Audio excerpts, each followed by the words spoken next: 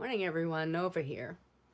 Today's video is going to be a series starter on complex trauma and trauma responses that you may not have known were trauma responses. And just a disclaimer, not everyone that experiences complex trauma or has complex PTSD are going to have the exact same symptoms in the exact same way.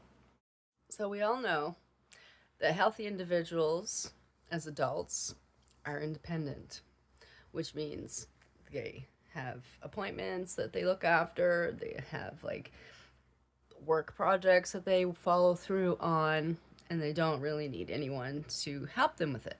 It's called independence.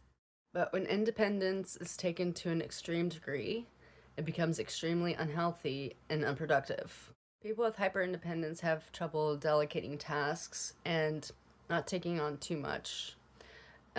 Sometimes they become overwhelmed with the sheer amount of responsibility they take on for themselves without asking for help. Hyperindependence is characterized by excessive self-reliance and avoidance in seeking help. Some people with hyperindependence have trouble trusting others. I overly trust, and I believe that's a trauma response as well. But people with hyperindependence sometimes struggle with trusting other people that they're not going to be betrayed again. They have very few close relationships, including romantic relationships, due to their guardedness and unable to let people in due to mistrust. And because of the few close or long-term relationships, it makes it difficult for them to cope sometimes, and they will even build an identity around being single. Dislike of neediness.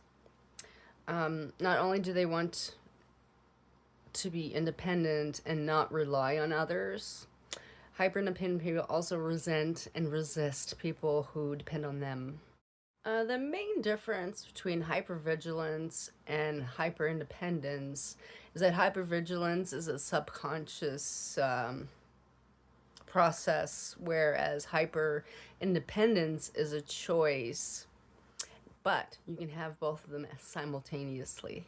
And some people grew up in families where it was a common phrase, if you want something done well, do it yourself. And that pretty much ingrains it into someone's head sometimes. So it depends on like the place that you live, how they value independence, or there's a lot of different factors. But when you're constantly told, if you want it done right, do it yourself, it's kind of the same difference. More often than not, hyperindependence is a coping mechanism. It's developed by children who have been neglected or their needs have been dismissed, or their parents were totally unavailable. Children learn that people are unreliable. And what causes trauma responses? It's an emotional response to terrible events that damages your sense of security. Like natural disasters, car accidents, physical assaults, anything terrifying or threatening. And sometimes it's not life-threatening. Sometimes it's emotional abuse, psychological abuse, discrimination, and prejudice. These are deeply disturbing events that leave a lot of psychological scars that take a long time to heal.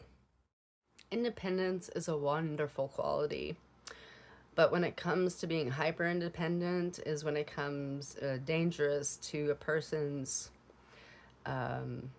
relationships and their well-being.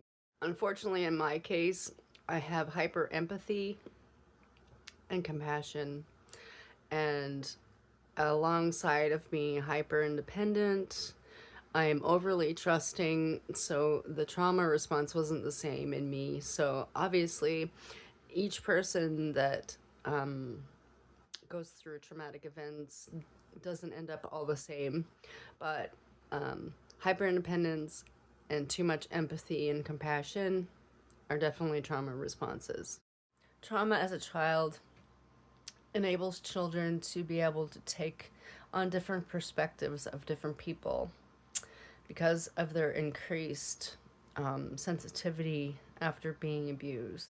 Now, this can also have the opposite effect of turning someone into not so great of a person. But like I said before in another video, people who experience adverse childhood experiences could be either narcissistic or on the other side of where I'm at the overly empathetic. So depending on what your coping mechanisms are and who you are as a core inside of yourself will depend on how you come out and how much you want to work on yourself, or even if you're self-aware, etc. So everybody has a different response to trauma, and my next video in a series will be on possibly fawning. I'll check and see what other trauma responses that I can relate to and post another video.